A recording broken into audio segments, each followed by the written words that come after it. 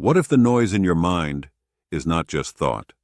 What if every worry, every memory, every inner argument, every moment of peace has a rhythm, a frequency, a sound you cannot hear with your ears, but your whole nervous system is listening to? Most of us know what it feels like to be trapped inside mental noise. You wake up, and before your feet touch the floor, the mind is already speaking. What needs to be done? What went wrong yesterday? What someone meant by that message? What might happen next? What you should have said? What you should have become by now? The thoughts arrive so quickly that they stop feeling like thoughts. They feel like you. And maybe that is the first illusion.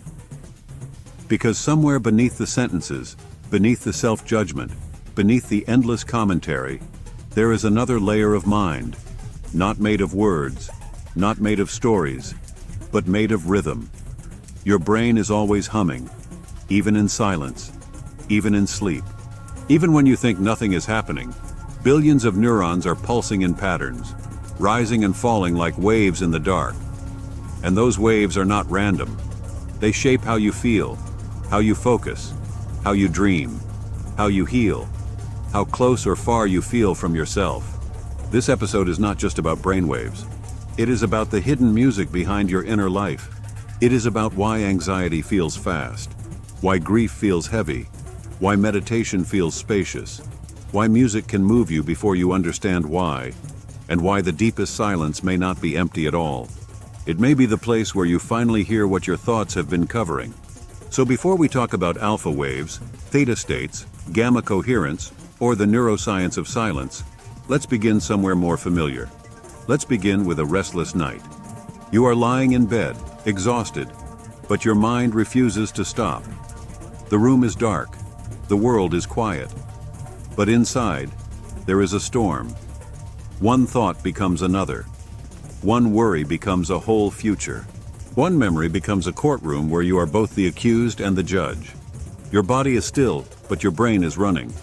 And the strange thing is, you can feel the rhythm of it. Fast, tight, repetitive, almost electric. That is not just imagination. When the mind is anxious, the brain often shifts into faster patterns associated with alertness and threat. It is as if the whole system is leaning forward, scanning for danger, trying to solve a problem that may not even exist in the room. This is why anxiety rarely feels like one thought. It feels like a frequency your whole body has entered. Your chest tightens, your jaw locks, your breath shortens, your attention narrows. The mind does not simply think anxiety, it plays anxiety, like a song on repeat. And if you have lived in that song long enough, silence can start to feel unsafe. Stillness can feel suspicious. Rest can feel like something you have not earned. That is where this episode begins. Not with a scientific chart, not with a list of brainwave categories, but with the human problem. Many of us do not know how to be quiet inside ourselves anymore. We know how to scroll. We know how to react. We know how to stay busy. We know how to explain our wounds, diagnose our habits, and fill every silent space with sound. But we do not always know how to listen. And the mind, when it is never listened to, gets louder. So what would happen if we stopped treating thought as the enemy and started hearing it as vibration? What if every mental state has a rhythm?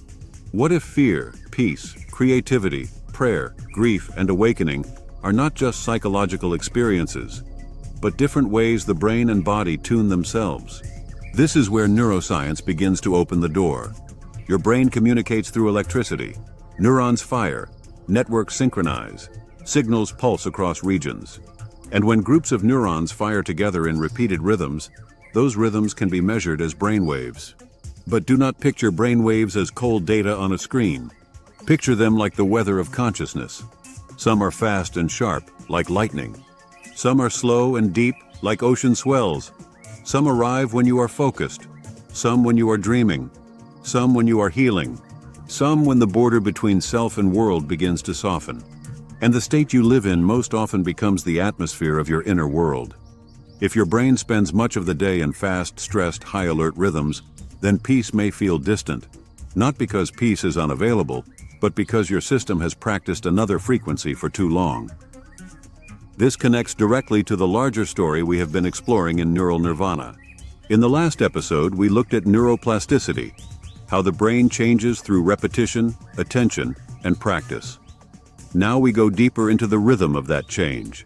Because the brain does not only rewire through what you think, it also retunes through how you attend, breathe, listen, move, and become still. A person who practices panic rehearses one rhythm. A person who practices presence rehearses another. And over time, the nervous system begins to recognize what has been repeated as normal. This is why peace is not just a mood. Peace is training. Stillness is training. Attention is training. And silence may be one of the deepest trainings of all. But silence is misunderstood. Many people think silence means the absence of sound. But inner silence is not simply a quiet room. You can sit in a silent room and still be tortured by thought. You can stand in the middle of a city and feel inwardly still. So as we move deeper into this episode, we are not simply asking, what are brainwaves? We are asking, what rhythm has your life been practicing? What frequency has your pain taught you to live in? What kind of silence are you afraid to enter? And who might you become if your mind learned to sing in tune with your soul? There is a moment many people know but few talk about. You are in the middle of your day, doing something ordinary, washing a cup, walking to the car, sitting in silence after a hard conversation, and suddenly the mind goes quiet. Not forever, not dramatically, just for a breath. The inner narrator stops speaking. The story pauses. And for one strange second, you are not trying to become anything, fix anything, prove anything, or remember who you are supposed to be. There is only this, the sound of water, the feeling of air, the weight of your body, the simple fact of being alive. And then, just as quickly, the mind returns. The checklist comes back. The identity comes back. The old emotional weather rolls in. But something in you noticed the gap. That gap matters. Because in that gap, you tasted a different frequency of consciousness. Not a theory, not a belief, a direct experience. The mind was not gone, but it was no longer in charge. This is where the science becomes personal. Because the brain is not one constant state. It shifts constantly depending on your breath, your attention, your emotion, your environment, your memories, and the meaning you assign to what is happening. Most of us live as if the mind is a single room, but it is more like a house with many chambers. There is the room of urgency, the room of planning, the room of grief, the room of memory, the room of imagination, the room of silence. And each room has a different rhythm. Your nervous system knows the difference before your thoughts do. You can walk into one conversation and feel your body tighten before a single word is spoken. You can hear one song and suddenly feel 17 again. You can enter a church, a forest, a hospital room, or a childhood home, and your whole internal frequency changes. This is not weakness. This is how the human system works. You are always being tuned by the world around you. But the deeper question is, can you learn to tune yourself? That is where brainwaves become important, not as labels to memorize, but as doorways into understanding why some states feel like imprisonment and others feel like freedom. Let's return to the restless mind. The overthinking mind usually believes it is helping. It says, if I think about this long enough, I will be safe. It says, if I replay the conversation, I can prevent pain next time. It says, if I stay alert, nothing will surprise me. But over time, the nervous system starts confusing mental activity with protection. The more you think, the more responsible you feel. The more responsible you feel, the more you think. And the loop feeds itself.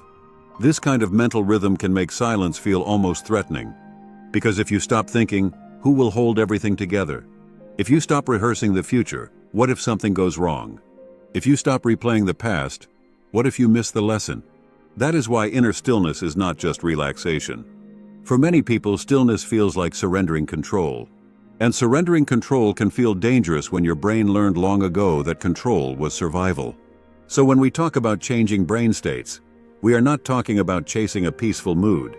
We are talking about teaching the nervous system that peace is not a threat, that quiet does not mean neglect, that rest does not mean weakness. That silence is not the absence of protection. Sometimes silence is the deepest protection because it lets you hear what reaction covers. Now let's bring this into a simple human example. Imagine someone who grew up in a home where conflict came suddenly. A door slammed. A voice changed tone.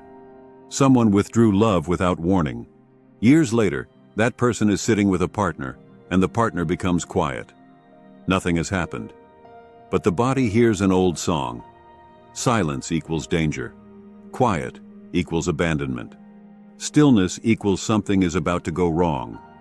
So the mind begins to fill the space. What did I do? Are they upset? Are they leaving? Should I explain myself? Should I pull away first? The present moment becomes filled with the rhythm of the past. This is where brainwaves, body memory, and identity meet. The person is not simply overthinking. Their nervous system is playing an old frequency, and if they want to heal, they cannot only argue with the thoughts. They have to help the whole system learn a new rhythm. That might begin with one breath, one pause, one hand on the chest, one quiet sentence. This is an old alarm. I am here now. Small, but not small.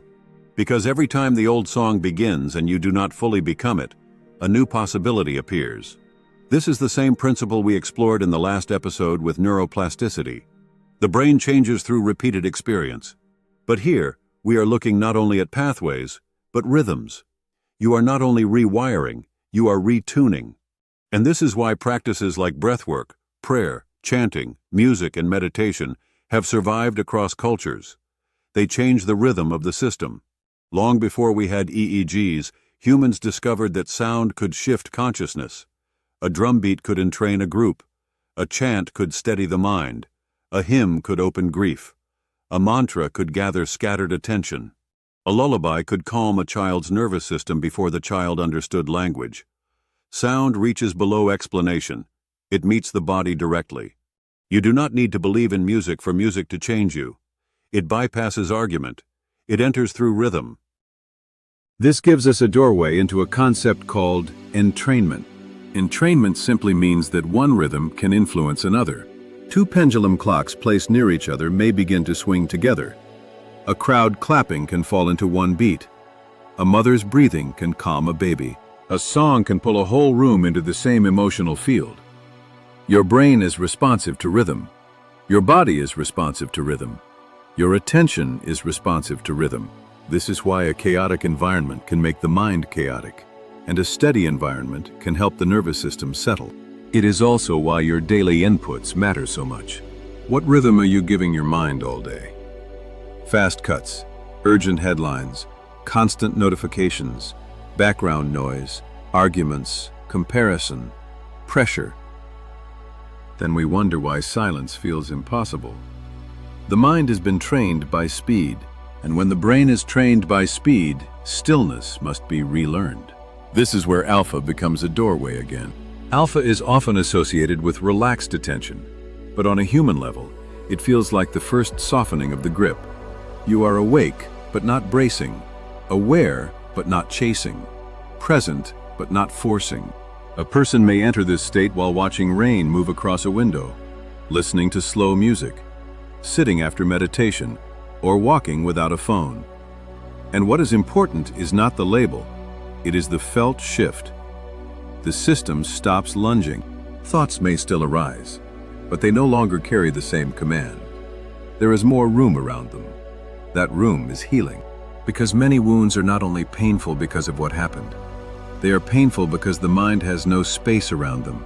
The thought fills the whole inner screen. The memory becomes the whole world. The feeling becomes the whole self. But when the rhythm slows, space returns, and with space comes choice. Now we can touch Theta more deeply. Theta states are often linked with imagination, memory, dreamlike imagery, and subconscious processing. But to keep it human, think of Theta as the mind's twilight. It is the place where symbols rise, the place where childhood feelings may return, the place where creative ideas appear after you stop trying to force them. This is why many people get insights in the shower, on a walk, before sleep, or while listening to music. The conscious mind loosens its grip, and something underneath begins to connect pieces in a new way. Theta is not irrational, it is pre-rational. It speaks before language hardens the message. And for a channel like soul syntax, this matters because the soul often seems to speak in theta-like language. Images, dreams, symbols, sudden knowing, a phrase that lands in the heart before the intellect can explain it. Not everything meaningful arrives as logic. Some truths arrive as atmosphere, as sensation, as resonance. This is where spiritual practice and neuroscience begin to quietly agree. To hear deeper wisdom, the mind often has to move out of its ordinary problem-solving rhythm. Not because thought is bad, but because thought is limited. The thinking mind is excellent at dividing, naming, comparing, planning, and explaining. But inner silence reveals what thought cannot produce. A felt sense of enoughness, a wordless compassion, a connection to life that does not need proof. This is why many contemplative traditions place so much value on silence. Not because silence is empty, because silence is receptive. And in a receptive mind, the deeper self can finally be heard. Now, let's introduce another simple metaphor. Imagine muddy water in a glass. If you keep shaking the glass, the water stays cloudy. You can analyze the mud. You can describe the mud. You can blame yourself for the mud. You can develop a theory about why the mud exists, but the water does not clear because you analyze it harder. It clears when you stop shaking the glass. That is inner silence. Not destroying thought, not fighting the mind, simply letting the mental sediment settle long enough for clarity to return. This is why meditation is often misunderstood. People think the goal is to have no thoughts, but the deeper aim is to stop shaking the glass. Thoughts may still move, but you do not keep grabbing them, stirring them, becoming them. And eventually, something clears. You begin to notice that awareness was present before the thought, during the thought, after the thought. The thought changed. The awareness remained. This is the bridge into the spiritual dimension of brainwaves. Because if thoughts come and go, if brain states rise and fall, if frequencies shift with breath, sound, memory, and attention, then who or what is aware of the shifting? Are you the noise, or are you the listener? Are you the wave, or the space through which the wave moves? This question is not meant to be answered quickly. It is meant to be felt. Because once you begin to sense yourself as the awareness behind mental rhythm, the whole relationship to thought changes. You do not have to silence every thought to be free. You only have to stop mistaking every thought for yourself. The anxious rhythm may arise, but it is not the whole you. The grief rhythm may arise, but it is not the whole you. The old memory may play, but you are not trapped inside the song. You are the one who can hear it. And that one, the listener beneath thought, may be much closer to peace than the mind has led you to believe. So as we continue, we will move deeper into sound, resonance, music, and the mysterious way inner silence becomes audible. But for now, let this question stay with you. What if the mind is not asking you to defeat its noise, but to finally listen deeply enough to hear the silence underneath? And music can reach places words cannot. A song can bring back a memory you thought was gone. A single chord can make your chest ache. A drum beat can make the body move before the mind gives permission. A voice can calm you. A silence inside a song can make you feel something too large to explain. That is because sound does not wait politely at the front door of the intellect. It enters through the body. It moves through breath, pulse, skin, memory, emotion. And before you can turn it into language, it has already changed the room inside you. This is why music can make people cry without telling them what to feel. It is also why ancient spiritual traditions used sound long before modern neuroscience had words like brainwave entrainment, neural coherence, or frequency-following response. They may not have had machines to measure the brain, but they had the body. They had attention. They had direct experience. They knew that rhythm changes consciousness. A drum circle can move a group into shared intensity. A chant can steady the breath. A hymn can open grief. A mantra can gather the scattered mind. A lullaby can tell a child's nervous system, "You are safe now," before the child understands any of the words. This is not just culture, it is biology meeting meaning. And maybe that is what makes sound so powerful. It stands at the doorway between matter and spirit, air vibrating, body receiving, brain organizing, awareness listening. Now let's make this personal. Think about a song from a certain season of your life. You may not have heard it in years. Then one day, it plays in a store, in a car, in the background of someone's video. And suddenly you are not fully here anymore. You are back there. The room changes. Your body remembers. Your mind pulls up faces, weather, clothing, heartbreak, hunger, hope. The song becomes a key, not because the sound contains the memory by itself, but because sound can unlock the state in which the memory lived. That is why music is not just entertainment. It is state-shifting technology. And once you see it that way, you begin to understand why sound has always been part of human transformation. Before philosophy became text, wisdom was sung. Before prayer became doctrine, it was breath and tone. Before healing became clinical language, people gathered around rhythm. The nervous system learned through repetition, vibration, and shared attention. This brings us to one of the most important ideas in this episode. Your mind is easier to change when the body feels the rhythm of change. Words alone often bounce off old wiring.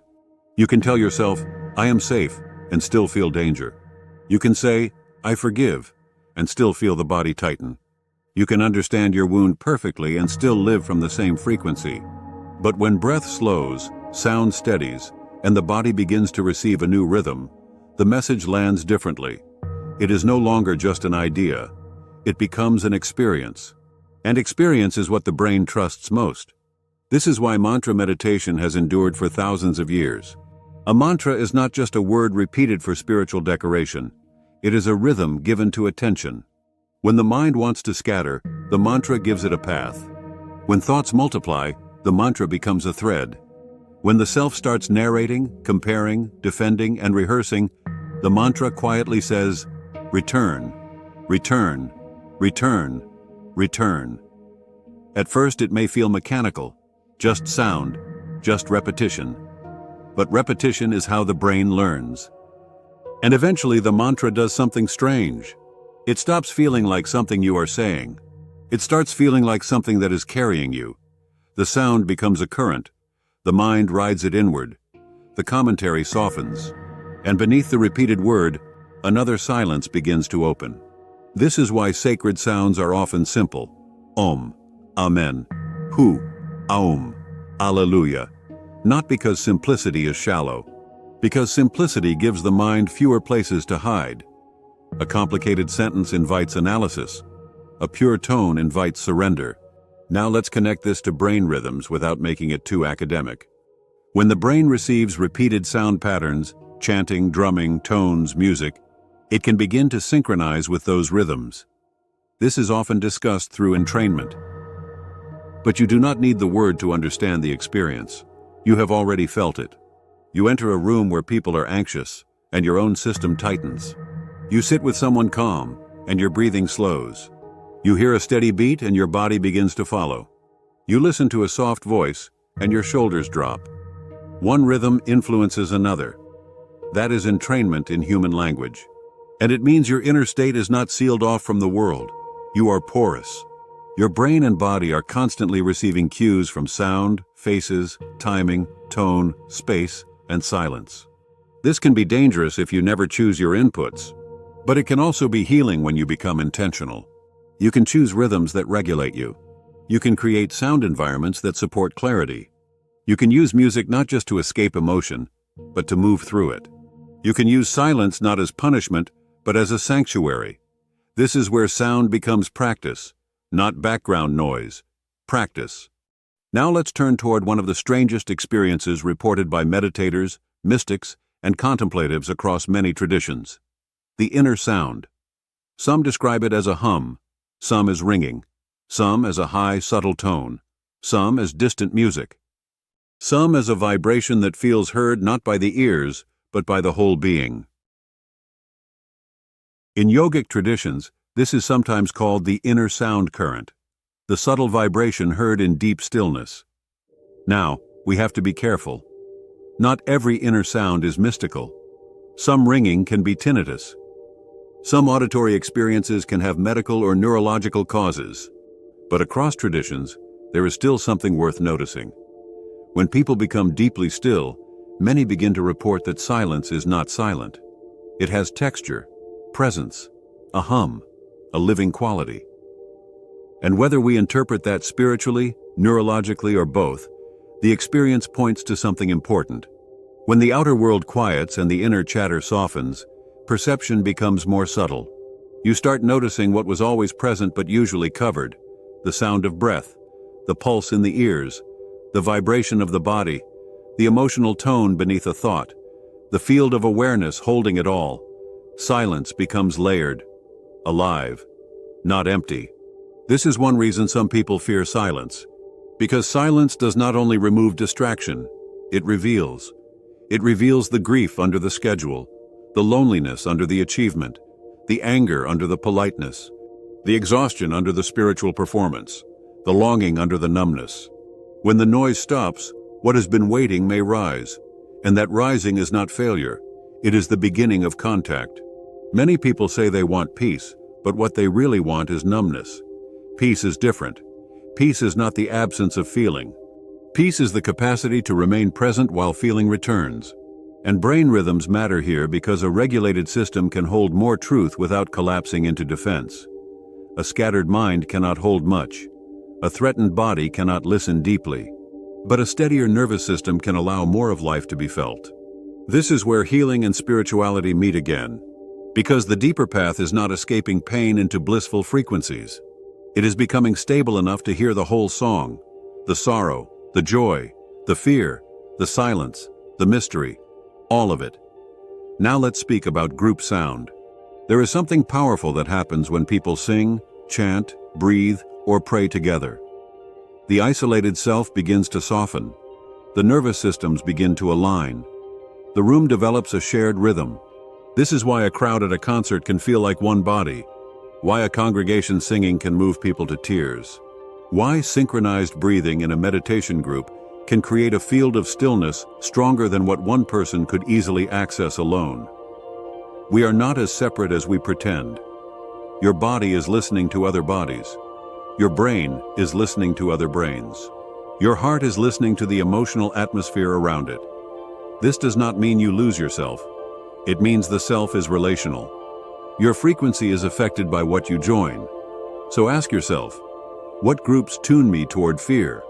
What spaces tune me toward comparison? What voices tune me toward resentment? What rhythms tune me toward peace? This is not about judging the world. It is about protecting the instrument. If your mind is an instrument, then not every environment deserves to tune it. Not every sound deserves your nervous system. Not every conversation deserves to become your inner weather. This is why silence can become an act of sovereignty. Turning off the noise is not withdrawal. It is remembering who holds the dial. Now let's return to the metaphor of the orchestra. In an orchestra, no single instrument is the whole music. The violin is not the symphony. The drum is not the symphony. The flute is not the symphony. But each matters. If one section is too loud, the music becomes distorted. If one section refuses to listen, harmony collapses. The same is true inside you. Thought is one instrument. Emotion is another. Memory is another. The body is another. Breath is another. Awareness is the space in which they can play together. When thought dominates everything, the music becomes cramped. When emotion floods everything, the music becomes overwhelming. When the body is ignored, the rhythm loses grounding. When awareness is forgotten, the whole orchestra starts playing without a conductor. Inner work is not destroying any instrument. It is restoring relationship. Thought has a place. Emotion has a place. Memory has a place. Silence has a place. And when they begin to listen to one another, a deeper coherence appears. That coherence is not only psychological, it can be physiological too. In states of calm attention, compassion, deep meditation, and flow, researchers often observe more coordinated patterns across the brain and body. The system becomes less fragmented. But again, you do not need the scan to feel the truth. You know what fragmentation feels like. You are speaking to someone, but your mind is elsewhere. You are resting, but your body is braced. You are smiling, but your chest is heavy. You are trying to pray, but your attention keeps splintering. And you also know what coherence feels like. The rare moment when thought, breath, body, and feeling line up. When you mean what you say. When your action matches your value. When your body does not have to lie for your mouth. When your inner and outer life are not fighting. That is harmony. That is the sound of a more integrated self. And maybe that is what inner silence is actually for. Not to erase the self, but to let the self become truthful. Quiet enough to hear what is real. Stable enough to stop performing. Open enough to let awareness lead. So the question becomes very practical. What are you listening to every day? Not only with your ears, with your attention, with your nervous system, with your soul. What rhythm are you rehearsing? What emotional music keeps playing in the background of your choices? And what would happen if, for just a few minutes each day, you chose a different sound? A slower breath, a gentler tone, a sacred word, a piece of music that opens the heart instead of numbing it. A silence that does not punish, but welcomes. Because over time, the brain listens, the body listens, the heart listens. And what you listen to long enough begins to shape what you become. This is the hidden power of sound. It does not demand belief, it invites resonance. And when something in you resonates, you do not need to be convinced. You know, not because someone explained it perfectly, but because the whole system answered. And sometimes that answer comes as a feeling, a shiver, a tear, a breath you did not know you were holding, a silence that feels like it has been waiting for you your whole life. So maybe the sound of thought is not the final sound. Maybe thought is only the surface melody, and beneath it is another music, the rhythm of awareness, the hum of being, the silence that does not speak, yet somehow tells the truth. There is a silence beneath you, not around you, beneath you, beneath the thoughts you keep answering, beneath the worries you keep obeying, beneath the names, roles, memories, fears, and unfinished conversations that keep playing inside your mind.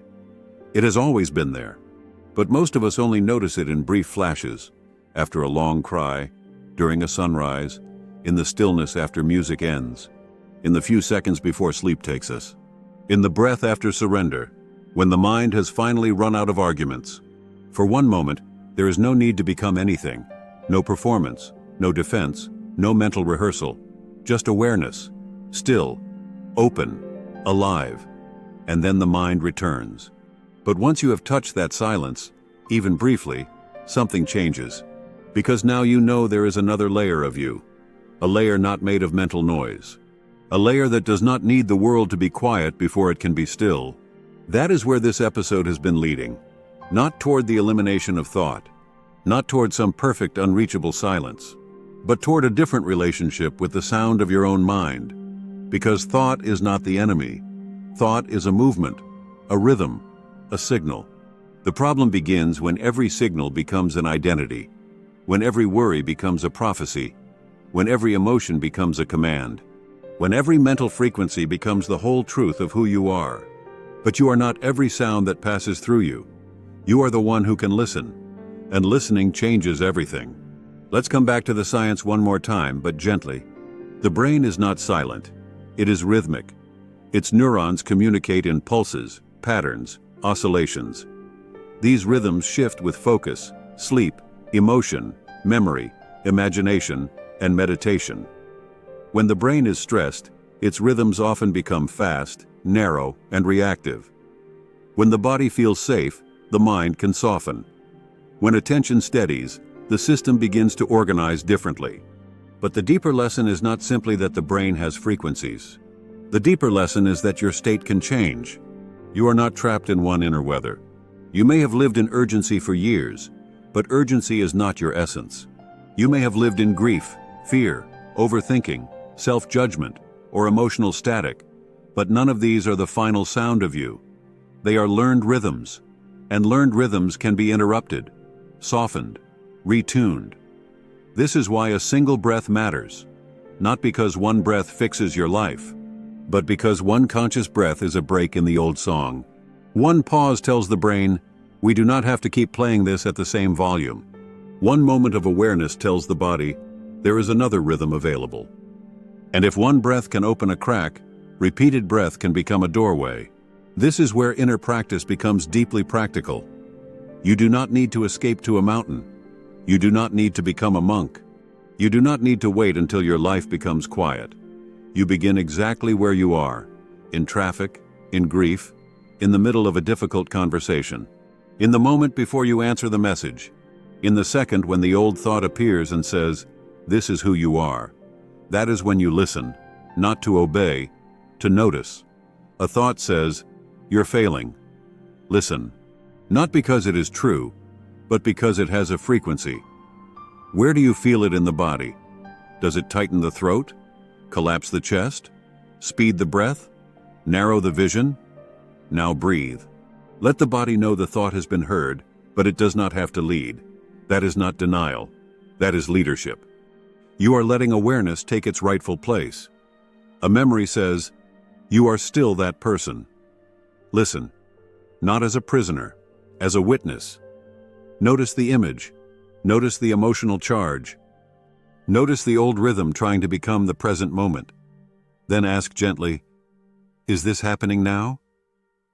Or is this an old song asking to be played again? This question is powerful because it creates distance without rejection. You are not shaming the mind. You are not attacking the past. You are simply refusing to confuse memory with destiny.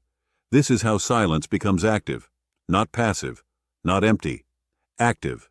A living intelligence that lets you hear without becoming. Now let's talk about the highest forms of inner silence.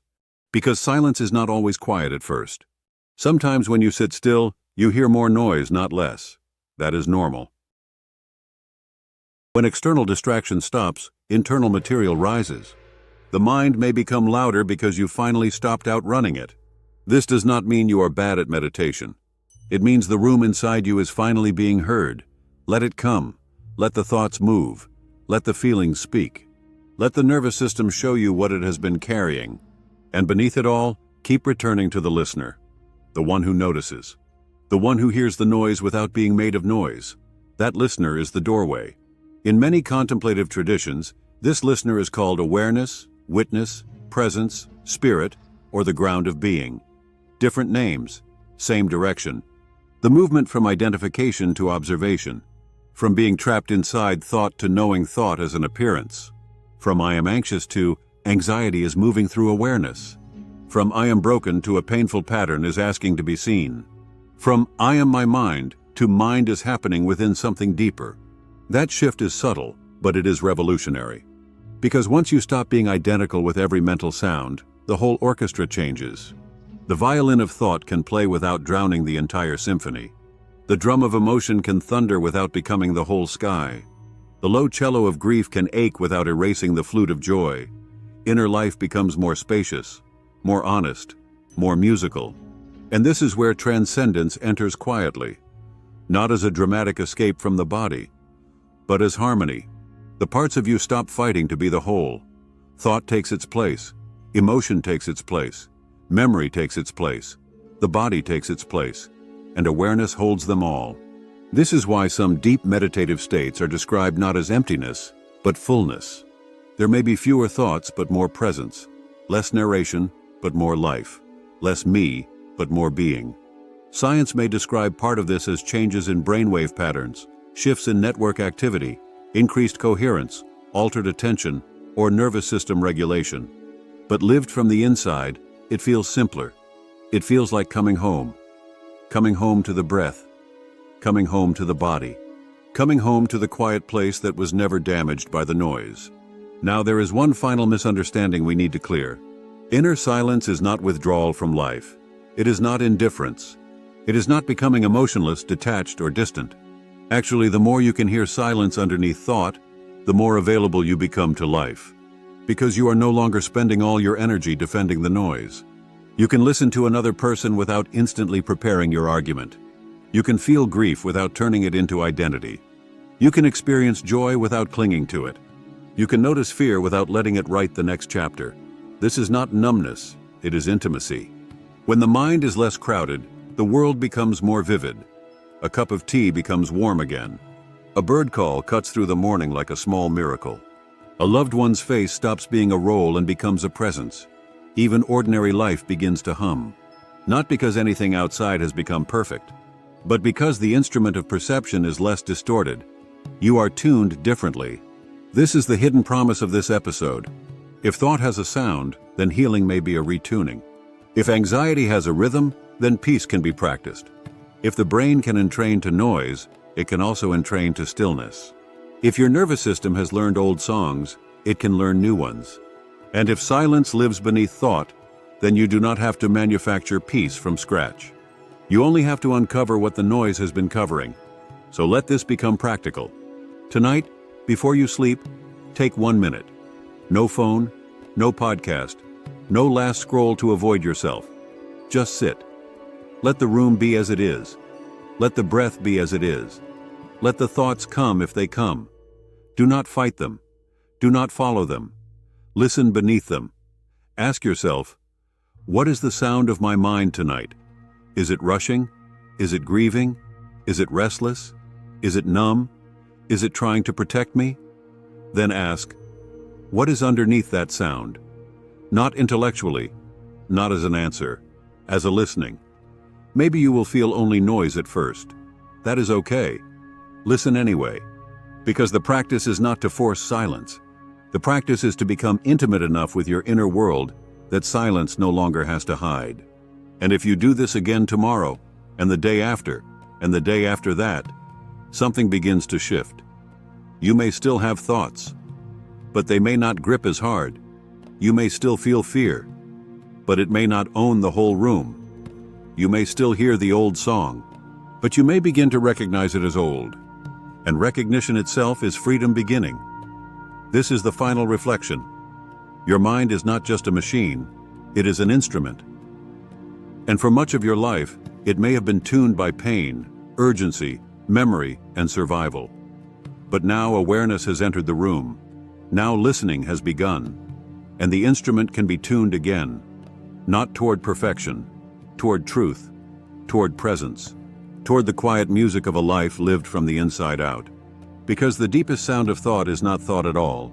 It is the silence that knows thought is passing, the awareness that hears every frequency, the stillness that remains before the first word and after the last. So listen closely, not with your ears, with your being.